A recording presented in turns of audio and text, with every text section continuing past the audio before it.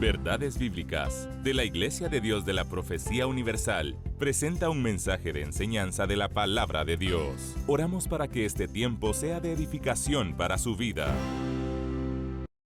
Hola, ¿qué tal? ¿Cómo están? Un gusto saludarles, un privilegio poder llegar de nuevo hasta lo íntimo de su hogar. Este es su buen hermano y amigo en Cristo, Misraín Fernández.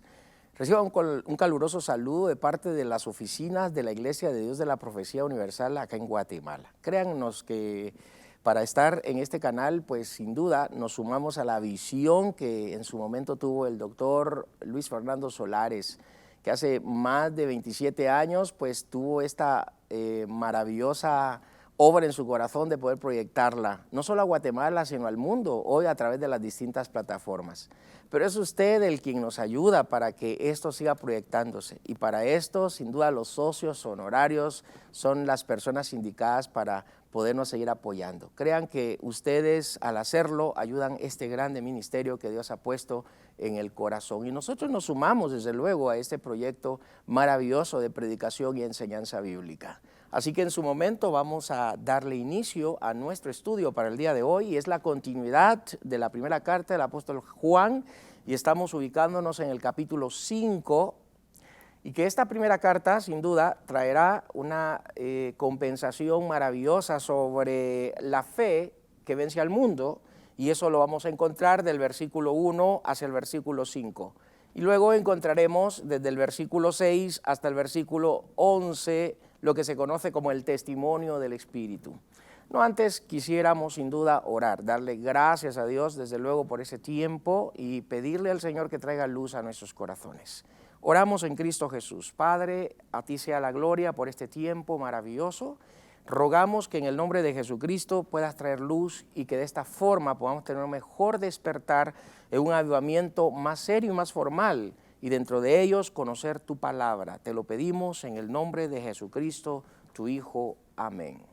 Bien, vamos entonces a iniciar nuestro estudio para el día de hoy. Y desde luego, bienvenido a este autobús que hemos llamado siempre durante muchos programas un autobús bíblico, donde usted se puede abordar con nosotros e ir desde luego de capítulo en capítulo y tener esta oportunidad sin duda de identificarse con un capítulo tan precioso para el día de hoy como es la primera carta del apóstol Juan en el capítulo 5, la fe que vence al mundo.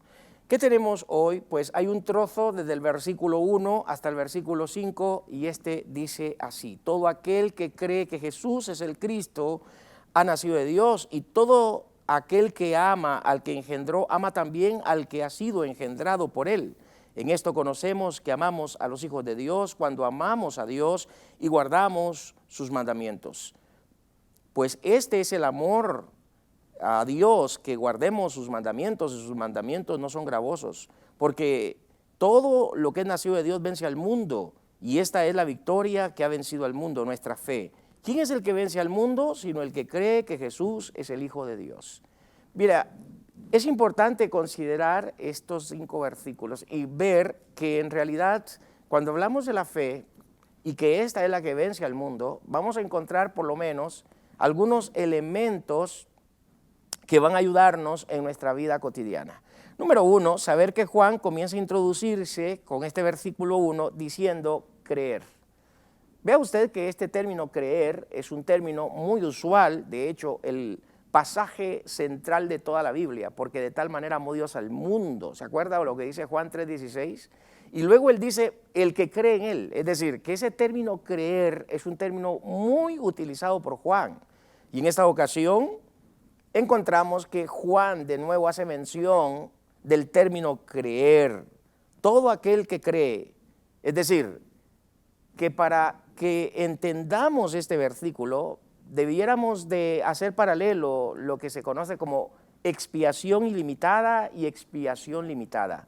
Cristo no tuvo una expiación limitada, es decir, que Cristo no murió solamente por los que han de ser salvos, Él murió por todos, es decir, hombres y mujeres de todo el mundo, de todos los tiempos. Cristo hizo un sacrificio perfecto por todos, lo amó tanto que se entregó por todo el mundo.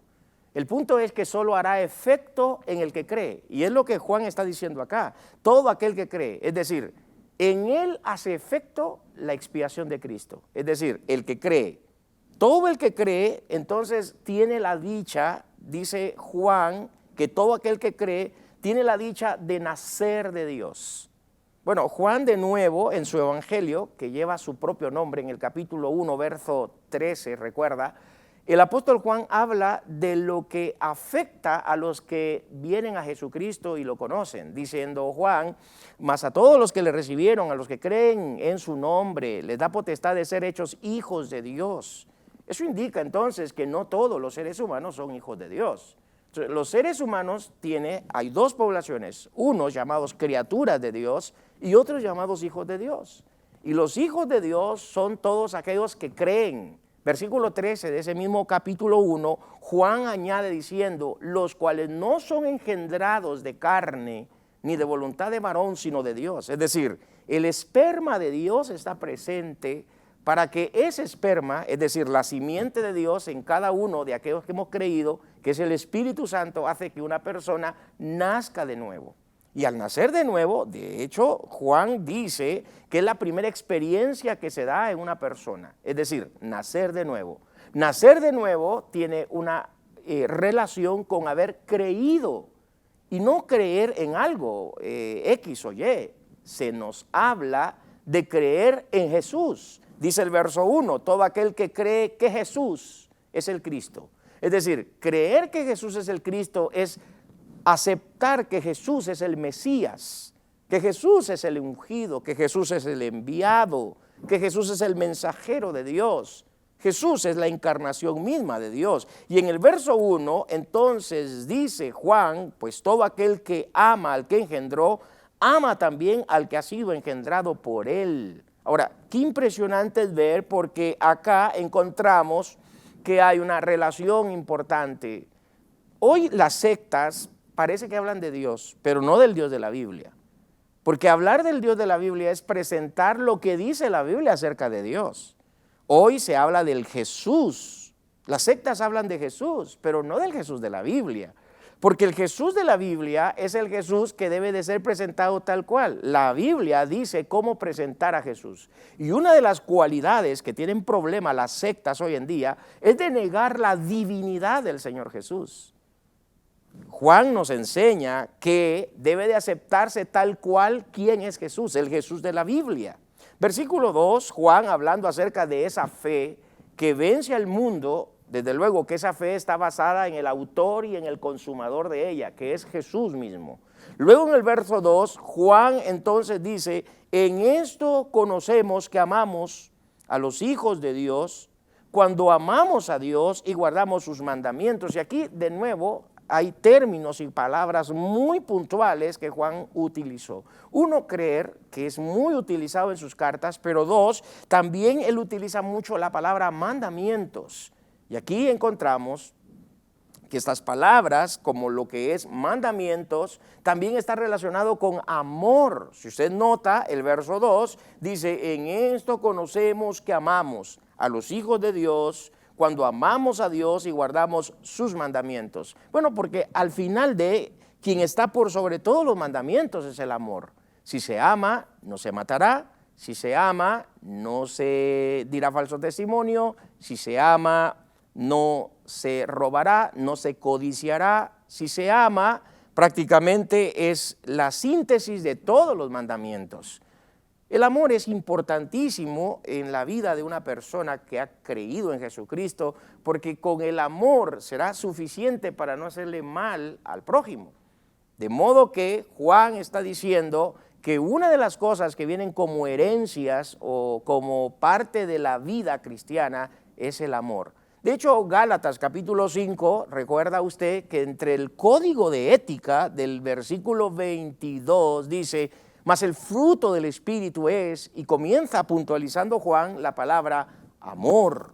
Es decir, que el amor encabeza todo el código moral que Dios tiene para con aquellos que han nacido de nuevo, para aquellos que han creído, para aquellos que aman sus mandamientos. Versículo 3, Juan sigue diciendo algo muy importante, pues este es el amor a Dios, que guardemos sus mandamientos, y sus mandamientos no son gravosos. Note usted que de nuevo Juan está relacionado con esta palabra mandamientos. Mandamientos en el sentido de que tenemos hoy la ley del Espíritu. Y la ley del Espíritu nos enseña propiamente a identificarnos con la práctica, con la vida cotidiana. Jesús reinterpretó la ley en el capítulo 5 del Evangelio de Mateo, recordarán ustedes, cuando Jesús dijo: oísteis que fue dicho, no matarás, pero yo os digo, cualquiera que hable mal contra su hermano. Jesús de nuevo dice: vosotros habéis oído decir, no adulterarás, pero vosotros os digo lo siguiente: si alguien en su corazón piensa esto contra aquello, ya cometió adulterio. Es decir, Jesús lo que hace en el capítulo 5, recordarán, es reinterpretar lo que Moisés en su momento dijo allá en los 10 mandamientos. La reinterpretación es más allá de querer guardar algo, es saber que hay una práctica, saber que hay una vivencia, saber que hay una identidad con aquello, ¿sí? Y no se va a hacer no porque esté a la fuerza, sino porque hay un deseo por hacerlo. Cuando se cree en Jesucristo, se intenta a toda costa, pues odiar el pecado o rechazar el pecado. Es la vida cristiana. Entonces Juan nos ayuda a enseñarnos lo siguiente: pues este es el amor, o este es el amor a Dios, que guardemos sus mandamientos. Y dice que estos mandamientos no son gravosos, es decir, que tenemos la ayuda del Espíritu Santo para poder trabajar, cultivar y aumentar y desarrollar nuestra vida cotidiana en Cristo Jesús. No son gravosos. No puede el Señor dar cosas que no se puedan llevar. De hecho, Jesús nos enseña que cuando comenzamos la vida cristiana, Él nos ayuda y nos enseña diciendo lo siguiente: que tomemos nuestra cruz y lo sigamos. Pero es importante saber, porque en ese caminar de la vida no vamos solos con la cruz. Pues llevamos la presencia del Espíritu Santo que nos ayudará para poder encontrarle sentido a lo que vamos haciendo. Y al final no son gravosos, porque el creyente, reitero, no guarda aquello porque tenga que guardarlo como un peso. Lo hace porque está agradecido, lo hace porque sabe que no es su estilo de vida, lo hace porque ahora en Cristo ha nacido de nuevo y es una nueva criatura. Y esto desde luego es lo que hará que se venza al mundo, la fe, porque todo lo que hasta este momento hemos hablado está relacionado con la fe. La fe prácticamente es una parte elemental desde el momento que se cree en Jesucristo. Desde el momento que se conoce a Jesucristo, una cosa elemental en toda la vida será la fe. La fe prácticamente es la que sostiene, la que mantiene, la que preserva a una persona que ha creído en Jesucristo. Y es lo que dice el verso 4, porque todo lo que es nacido de Dios, es decir, todo aquel que el esperma de Dios, el Espíritu, su simiente, viene y entra a nuestro corazón, 1 Corintios 3:16, dice Pablo: ignoráis que sois templo de Dios y que el Espíritu de Dios mora en vosotros. Implica que la simiente de Dios en nosotros nos hizo nacer de nuevo, nacidos de Dios. Esto, dice Juan, vence al mundo. Sí, porque el mundo está bajo pecado, el mundo está bajo el cordón umbilical adámico, el mundo está bajo maldición, ¿ya? Y nosotros, aunque estamos en ese mundo, desde luego, no pertenecemos al mismo, porque hay un nuevo estilo, hay una nueva relación, hay una nueva comunión, hay una nueva identidad, hay un nuevo sentido de pertenencia, hay una nueva visión, hay una nueva misión, hay un nuevo enfoque de la vida. Vean ustedes todo lo nuevo que en Cristo viene a hacer gracias a la labor, gracias a la obra del Espíritu Santo en nosotros. Y por eso el verso 4 de Juan dice: porque todo lo que es nacido de Dios vence al mundo, y esta es la victoria que ha vencido al mundo, nuestra fe.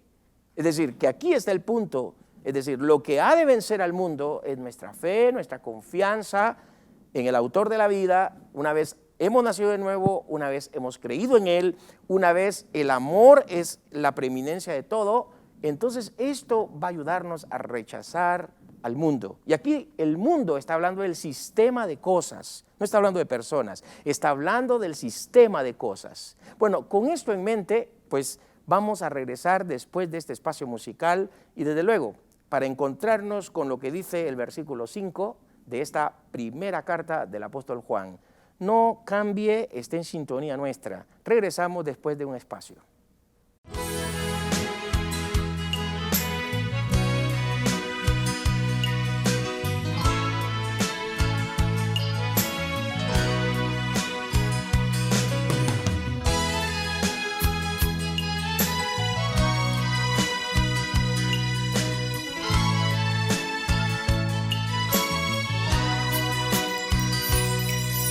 Sin ti, oh Dios, no sé qué hacer. Sin ti, ¿a dónde iré? Porque tú me has dado las cosas que jamás creí tener. Te necesito, Dios, te necesito junto a mí. Sin ti no sé qué hacer. Te necesito junto a mí. Te necesito, Dios, te necesito junto a mí.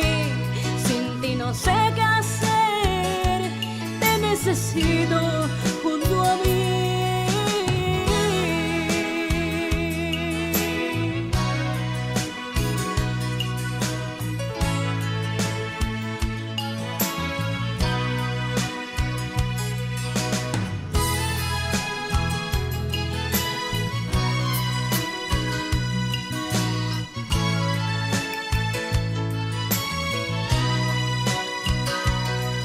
Sin ti, oh Dios, no sé qué hacer. Sin ti, ¿a dónde iré? Porque tú me has dado las cosas que jamás creí tener.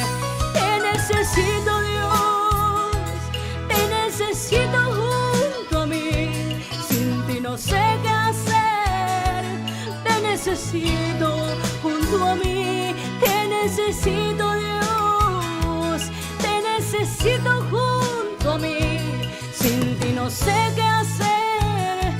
Te necesito junto a mí.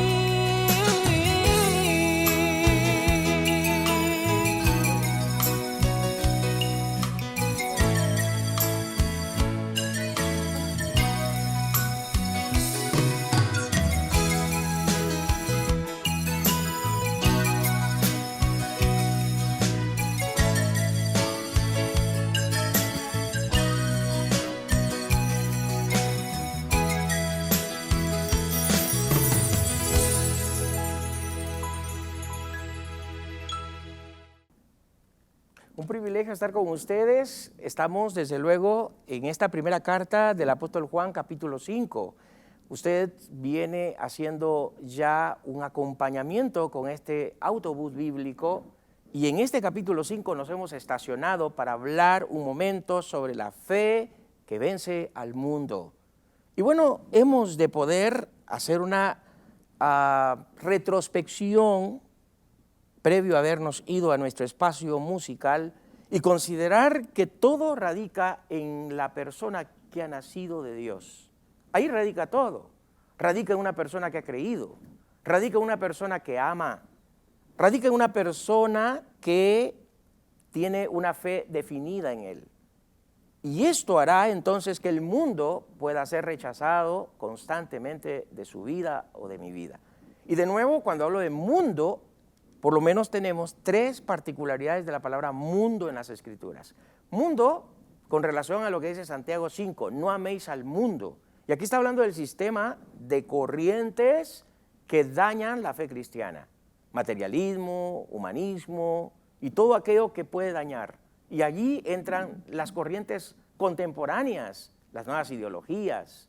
Ese es el mundo y todo ese temas de cuestiones que van contra la moral de Dios. Pero luego dice el libro de los Salmos, ¿se acuerda? Cuando dice Salmos, del Señor es el mundo y todo lo que en él habita. Pues allí ya no está hablándose del sistema de corrientes malas, sino ese pasaje está en contexto a todo el hábitat, al planeta verde. Luego en Juan 3:16 dice, porque de tal manera amó Dios al mundo, y ahí no está hablando del planeta verde, menos del pecado, ahí está hablando de los hombres, de los seres humanos, porque de tal manera amó Dios al mundo, que dio a su Hijo unigénito. Es decir, Cristo vino por los hombres, Él vino a morir, su expiación es ilimitada por aquellos que han de creer, en ellos hará efecto la obra de la cruz. Y bueno, habiendo dicho esto, en el versículo 4, sigue en pie como que la parte inicial de este capítulo 5, la fe que vence al mundo. Y de nuevo quiero leerlo, porque todo lo que es nacido de Dios vence al mundo. Es decir, hemos nacido de Dios y esa es la consistencia de vencer al mundo. Y esta es la victoria que ha vencido al mundo, nuestra fe, nuestras convicciones, ¿sí? Nuestra confianza propiamente en Él. ¿Se acuerda usted de lo que el apóstol Pablo en Romanos capítulo 8 dice con relación a la vida en Cristo? Y esa vida en Cristo está tan concatenada que en el versículo 35 Pablo dice, ¿quién nos apartará del amor a Cristo? Es porque hay una relación, una nueva comunión por el nuevo nacimiento, entonces hay una nueva creación en nosotros. No es que la vieja naturaleza, el pecado que en nosotros había, deje de estar, no. No es que el pecado sea extirpado, tampoco.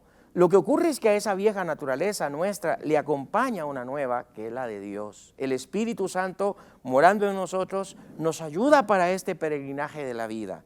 Entonces, Juan dice en el versículo 5 lo siguiente, ¿quién es el que vence al mundo sino el que cree que Jesús es el Hijo de Dios? ¿Se da cuenta? Es decir, que este es cabalmente una parte elemental del capítulo 5. ¿Quién es el que vence al mundo? O sea, hay una pregunta, hay una interrogante, ¿quién es el que vence al mundo? Y está tácitamente la respuesta, sino el que cree. Y de nuevo se enlaza con el verso 1, todo aquel que cree. Versículo 5, ¿y quién es el que vence al mundo? Sino el que cree. De nuevo Juan hace mención de la palabra cree. Cree de creer, cree de confiar, cree de depositar en Jesús. Desde luego de eso se está hablando, su confianza. Hoy en día se habla de creer, ¿sí? De manera motivacional. Cree en ti. Cree en lo que haces. Yo no dudo de ello y hay que tener muy definido qué es esa motivación de creer en mí. Desde luego, yo debo de creer en mí, debo de confiar en lo que hago. Pero en cuestiones salvíficas, yo no debo de creer en mí. En cuestiones espirituales, yo no debo de creer en mí. Yo no puedo ser autosuficiente en ese sentido. En cuanto al tema de la salvación, en cuanto al tema de la vida espiritual, yo no soy y no debo de ser autosuficiente. ¿Se acuerda de un principio en Mateo capítulo 5? Jesús dijo, bienaventurados los pobres en el espíritu.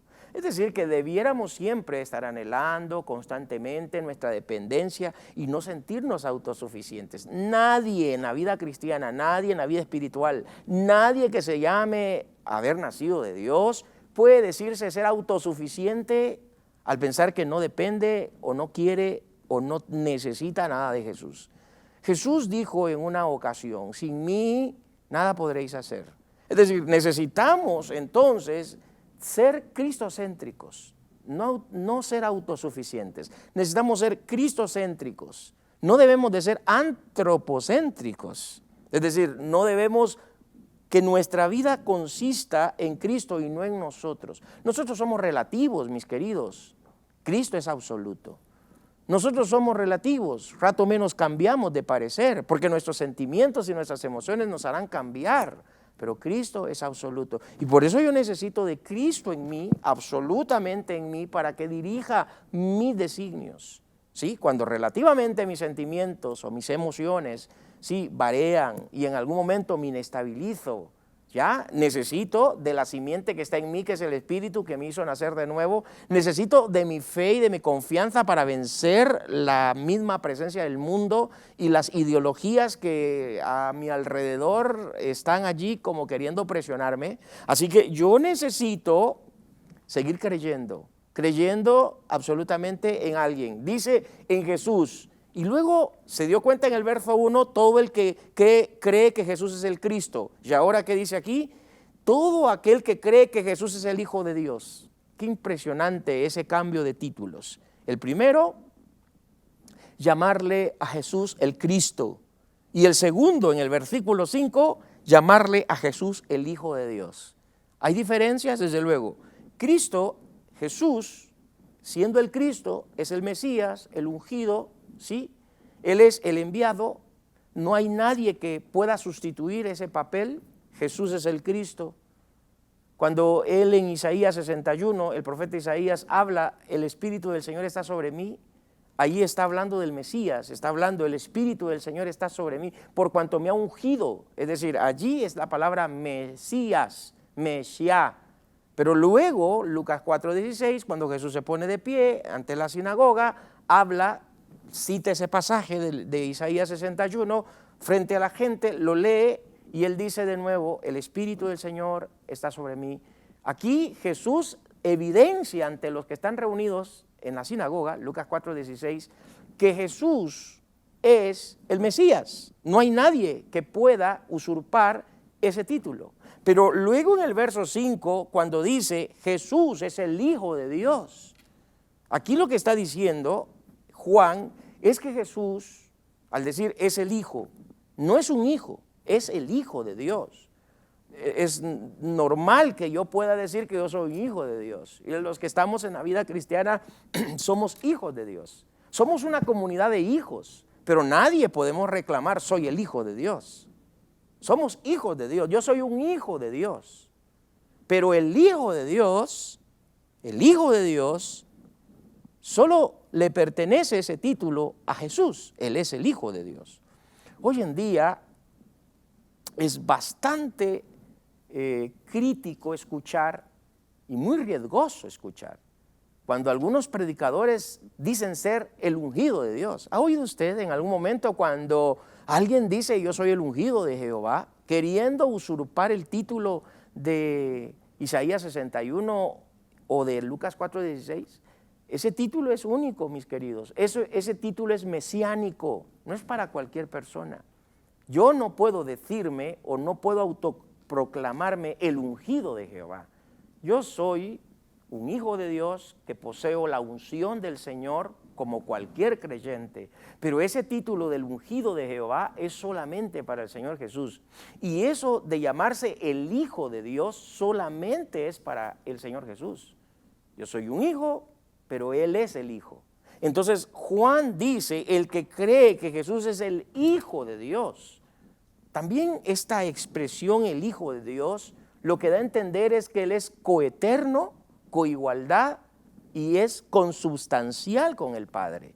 Es decir, que Él es Dios a la vez al llamársele Hijo de Dios, porque Él es consubstancial, es coigual. Y desde luego que Él debiera de ser coeterno.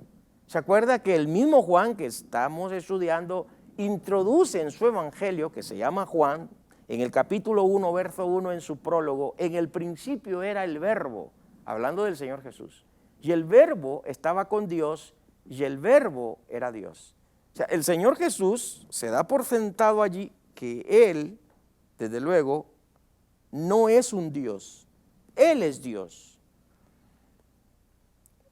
Vale la pena sacar un poco a relucir lo que pasa en el mundo sectario. En una mala traducción que se conoce como la traducción de las Sagradas Escrituras del Nuevo Mundo, es una traducción mal traducida, valga la redundancia. Y en ese pasaje dice que el Verbo es un Dios. Imagínense ustedes, qué aberración.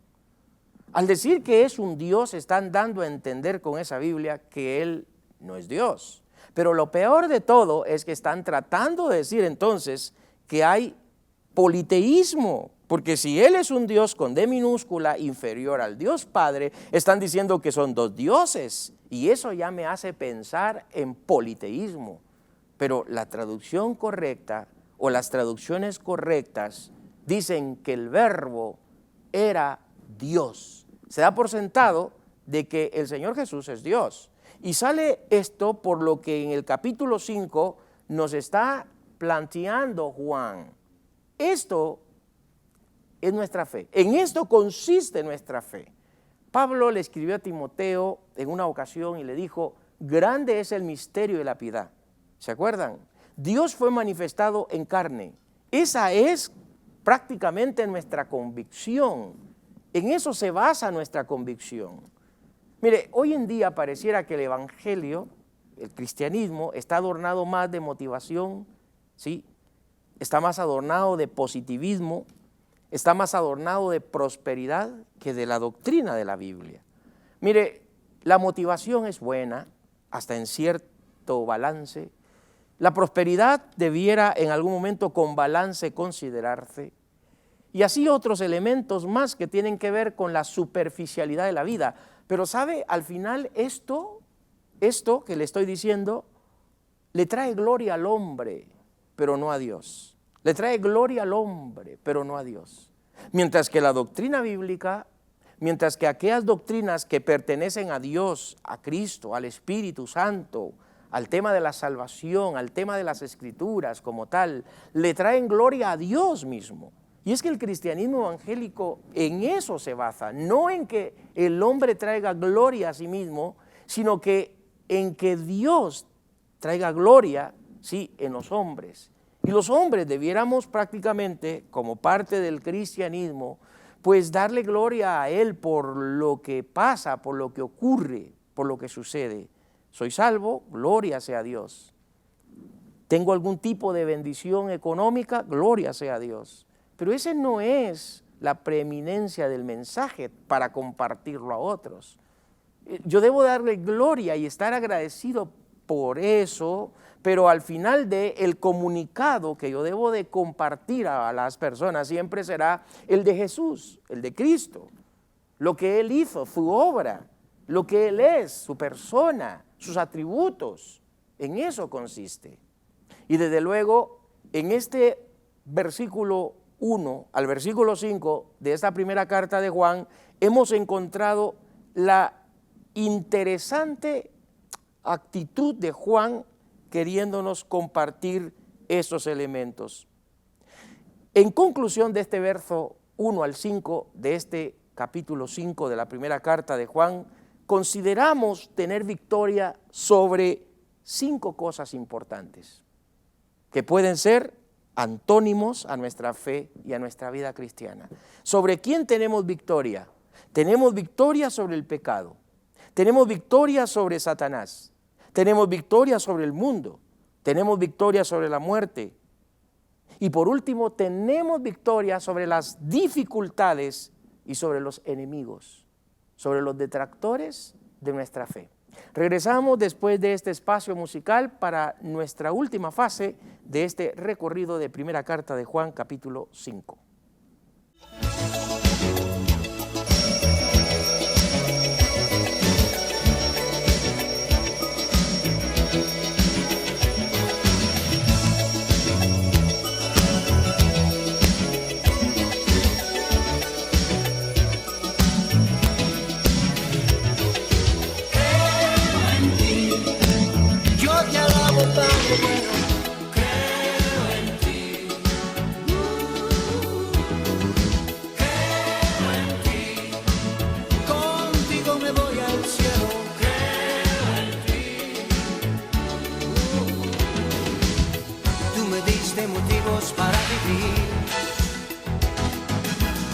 Alejaste las penas que había en mí.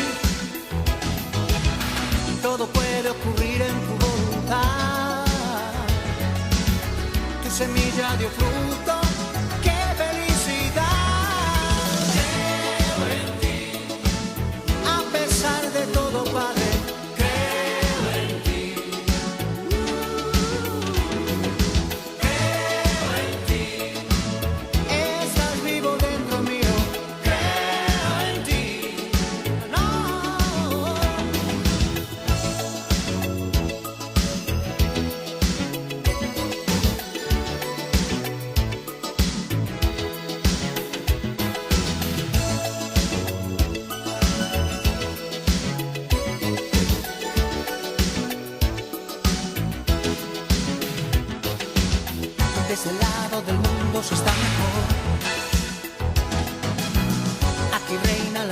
y calienta el sol. Nadie puede forzarte, decídelo tú, solo tú. Si quieres probarlo, y como digo yo, creo en ti. Yo te alabo, Padre bueno, creo en ti. Creo en ti. Contigo me voy al cielo. Creo en ti.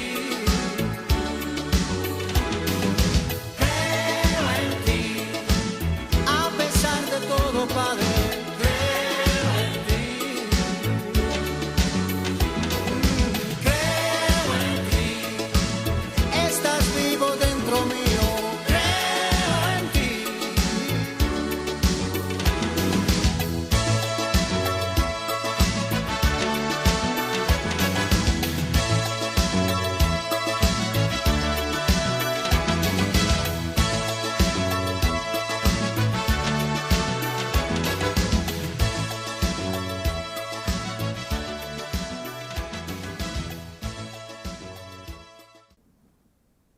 Gracias por acompañarnos hasta este momento con esta programación de verdades bíblicas. Este es su buen hermano y amigo en Cristo, Misraín Fernández, quien domingo a domingo pues le acompaña. Y uno de los fines de este programa, Espacio Verdades Bíblicas, es que usted tenga una Biblia en mano, papel y lápiz, y que usted me acompañe en esta fabulosa serie, en esta oportunidad de la primera carta del apóstol San Juan. ¿Qué tenemos hoy?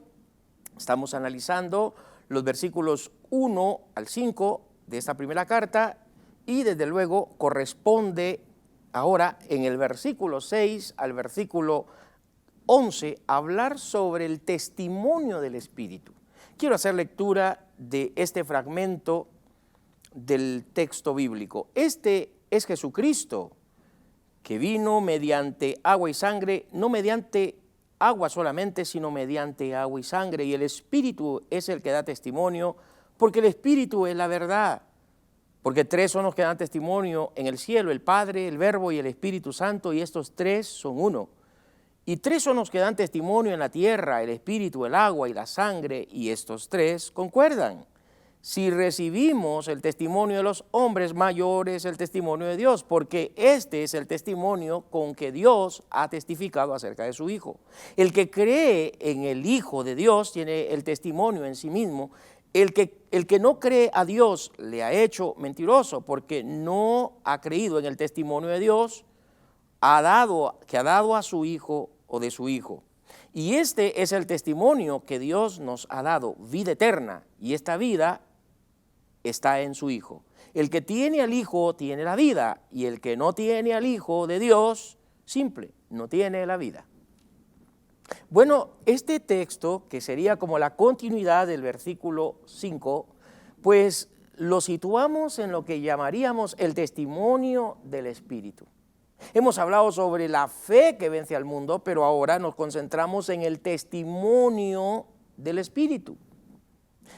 Lo que tenemos acá en el versículo 6 es increíble porque sigue Juan hablando del Señor Jesús y presentándolo como Jesús Cristo.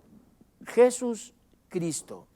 Bueno, en realidad lo que tenemos aquí es un nombre compuesto de Jesús el Cristo. Lo que Juan está haciendo es admitiendo que Jesús es el Mesías. Que Jesús es el Mesías. Y luego Juan dice que este es Jesucristo que vino mediante agua y sangre.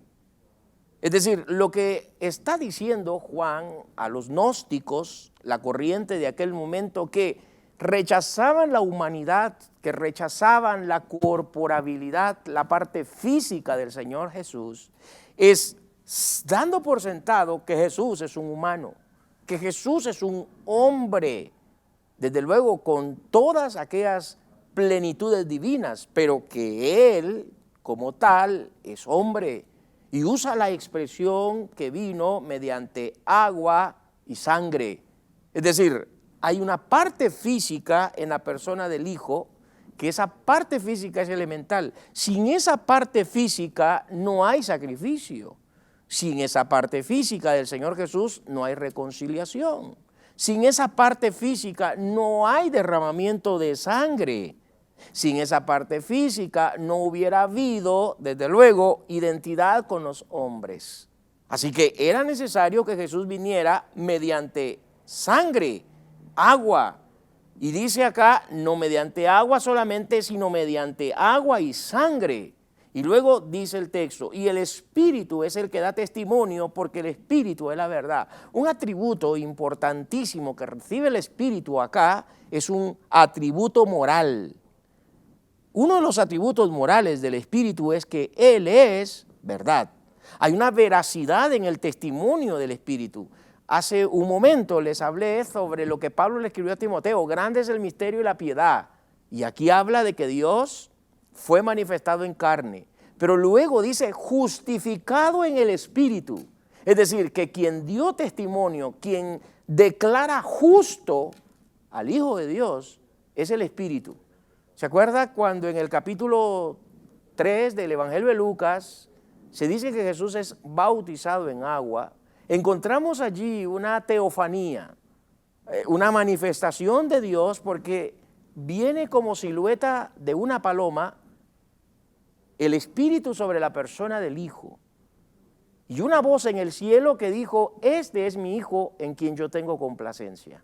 O sea, ahí tenemos que el Espíritu da testimonio de que Jesús es el Cristo. El Espíritu da testimonio y declara que Jesús es el justo. El Espíritu da testimonio de que Jesús es Dios. Eso es lo que da testimonio el Espíritu. Y por eso es de que en esta particularidad de esta primera carta de Juan encontramos esta área del testimonio del Espíritu, porque el Espíritu es verdad y Él es el que da testimonio de que Jesús es el Cristo, que Jesús es Dios y que Jesús es humano. Versículo 7, Juan ahora nos introduce a una parte, desde luego, versículo 8, estos tres dan testimonio en la tierra, el espíritu, el agua y la sangre, y estos tres concuerdan. Pero cuando vemos este verso 8, aparece un verso 7, y pues no lo leí porque esta es una interpolación. Una interpolación bíblica es cuando un pasaje no meramente pertenece al texto. Así que esto es una interpolación, los copistas hacían algunas notaciones y en algún momento las anotaciones sí pudieron ir formando parte del proceso de la Biblia y hoy la tenemos en nuestras Biblias. Pero los manuscritos más antiguos no le dan lugar a este versículo 7, porque tres son los que dan testimonio en el cielo, el Padre, el Verbo y el Espíritu Santo, y estos tres son uno. Sí aparece el verso 8, y estos tres dan testimonio en la tierra, el Espíritu, el agua y la sangre, es decir, esto es lo que dice el texto. El verso 7 es una interpolación, una persona, X o Y, hizo sin duda una nota al margen de su texto y luego fue añadido. Pero el punto es que alguien puede decir o puede alegar, ¿en dónde entonces se fundamenta al Dios triuno? Pues este pasaje no es nuestra base para el Dios triuno. O sea, nuestra base para la doctrina del Dios triuno está en otros pasajes bíblicos. Por ejemplo, podemos hacer, desde luego, uso y análisis del Dios trino desde el Antiguo Testamento. Desde que usted lee en Génesis 1, aparece la expresión Elohim, que es una manera plural de Dios, ¿verdad?